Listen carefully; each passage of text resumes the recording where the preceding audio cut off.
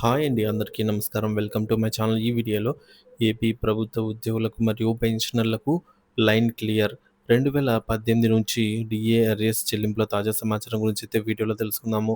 Video అయితే ఎక్కడే గాని స్కిప్ చేయకుండా ఎండ్ వరకు చూసేయండి. అప్పుడే ఇన్ఫర్మేషన్ పూర్తిగా అర్థమవుతుంది. అలాగే వీడియో చూస్తున్న ప్రతి ఒక్కరు వీడియోకి లైక్ చేయండి ఫ్రెండ్స్. ఈ వీడియోని తోటి ఉద్యోగ పెన్షన్ మిత్రులతో అయితే షేర్ చేయండి.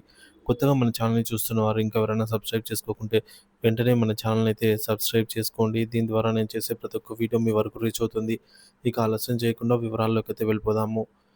సో ఫ్రెండ్స్, ఇక విషయానికి వచ్చినట్లయితే నవ్యాంధ్ర టీచర్స్ అసోసియేషన్ ఎన్టీఏ మరియు గ్రామ వార్డు సచివాలయ ఉద్యోగుల ఐక్య కార్యాచరణ కమిటీ ప్రభుత్వ ఉద్యోగుల ఉపాధ్యాయుల డిఏ బకాయిలు సర్వీసెస్ సంబంధిత సమస్యలపై ప్రభుత్వం వెంటనే చర్యలు తీసుకోవాలని డిమాండ్ చేశాయి.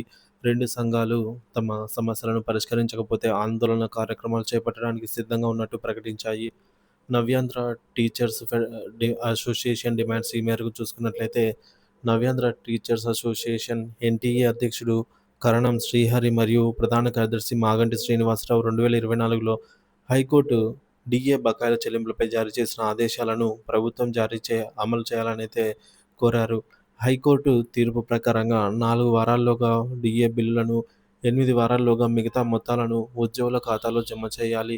అయితే ఈ ఆదేశాలు ఇప్పటికే అమలు కాలేదని ఎన్టీఏ ఆవేదన వ్యక్తం చేసింది. 2018 జూలై మరియు 2019 జనవరికి సంబంధించిన డిఏ బకాయిలను ఉద్యోగ ఉపాధ్యాయులందరికీ వెంటనే చెల్లించాలని ఎన్డీఏ ప్రతినిధులు ప్రభుత్వ ప్రధాన కార్యదర్శికి ఒక లేఖలో విజ్ఞప్తి చేశారు.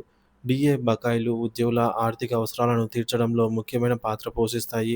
ప్రభుత్వ ఉద్యోగులు, ముఖ్యంగా ఉపాధ్యాయులు ద్రవ్యోల్బణం కారణంగా పెరుగుతున్న ధరలను ఎదుర్కోవడానికి డిఏ బకాయిల చెల్లింపు చాలా అవసరము. హైకోర్టు ఆదేశాలు ఉన్నప్పటికీ ప్రభుత్వం నిర్లక్ష్యం వహించడం వల్ల ఉద్యోగుల్లో తీవ్ర అసంతృప్తి నెలకొంది. ఈ సమస్యలపై ప్రభుత్వం తక్షణమే స్పందించి హైకోర్టు ఆదేశాలను అమలు చేసి ఉద్యోగులకు న్యాయం చేయాలని ఎన్టీఏ డిమాండ్ చేస్తోంది. గ్రామ వార్డు సచివాలయ ఉద్యోగుల డిమాండ్లు మరియు ఆందోళన కార్యాచరణ. తమ సమస్యలు పరిష్కరించని పక్షంలో వచ్చే నెల 1వ తేదీన పింఛన్ పంపిణీని నిలిపివేస్తామని గ్రామ వార్డు సచివాలయ ఉద్యోగులు ఐక్య కార్యాచరణ కమిటీ జేఏసీ ప్రకటించింది.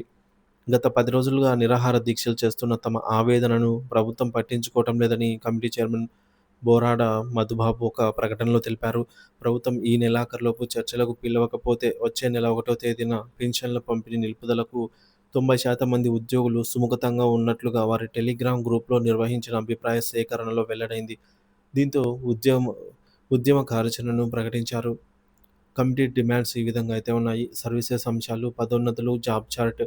గ్రామ వార్డు సచివాలయాల్లో పనిచేసిన అన్ని శాఖల్లో ఉద్యోగులను పిలిచి వారి సర్వీసెస్ అంశాలు, పదోన్నతులు, జాబ్ చార్టులపైన చర్చలు జరిపి నిర్దిష్టమైన హామీలు ఇవ్వాలి. ఆర్థికేతర అంశాలు. ఉద్యోగుల ఆర్థిక మరియు ఆర్థికేతర సమస్యలను పరిష్కరించాలి.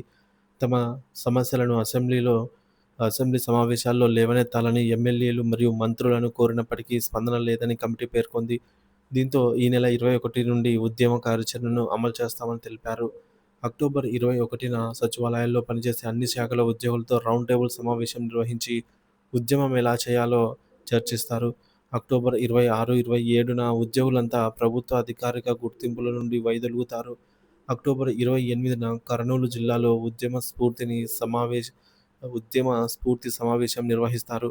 అక్టోబర్ 29న రాష్ట్ర వ్యాప్తంగా అన్ని జిల్లా కలెక్టరేట్ల వద్ద వంట వార్పు కార్యక్రమం నిర్వహిస్తారు. అక్టోబర్ 30న రాష్ట్ర వ్యాప్తంగా గ్రామ సచివాలయ కార్యదర్శులు, వెల్ఫేర్ అసిస్టెంట్లు పెన్షన్ నగదును బ్యాంకుల నుంచి విత్డ్రా చేయబోరు.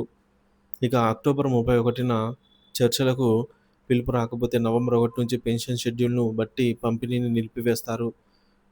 తమది సమస్యలపైన పోరాటమే తప్ప పెన్షన్దారులను ఇబ్బంది పెట్టే ఉద్దేశం కాదని మధుబాబు స్పష్టం చేశారు. పెన్షన్ తీసుకునే అవ్వ, తాత, మహిళా, వికలాంగులు తమ ఇంట్లో బిడ్డలకు వచ్చిన సమస్యగా తమ బాధను అర్థం చేసుకోవాలని ఆయన విజ్ఞప్తి చేశారు. ప్రభుత్వం ఉద్యోగుల డిమాండ్లను తక్షణమే పరిగణనలోకి తీసుకొని చర్చలు జరపాలి. హైకోర్టు ఆదేశాలను అమలు చేయడంతో పాటు సచివాలయ ఉద్యోగుల సర్వీసెస్, పదోన్నతులు, ఆర్థిక అంశాలపైన స్పష్టమైన హామీలు ఇవ్వాలి.